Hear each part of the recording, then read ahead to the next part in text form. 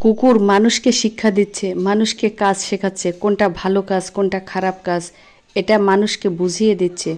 যদিও কুকুরটা ট্রেনিং প্রাপ্ত, তাকে এই বিষয়ে শেখানো হয়েছে, তবু সেটা মাথায় রেখে যে সঠিক কাজটা শিখিয়ে দিতে পারতেছে সেটাই বা কম কিসে। বুড়া মানুষ কাজ করবে আর তুমি জোয়ান বেটা বসে বসে খাবা, তা হবে না। কাজ করে খাও, বরং বুড়া মানুষটা বসে বসে বিশ্রাম করুক। কাজ করে খাও। এখানে ফাঁকি দেওয়ার কোনো জায়গা নেই। কোথায় পালাবা? যেখানে পালাবা সেখান থেকে টেনে আনবো তোমারে। এসব ফাঁকিবাজি চলবে না। যেখানেই যাবা কাজ করে কাজ সেরে তারপর যাবা।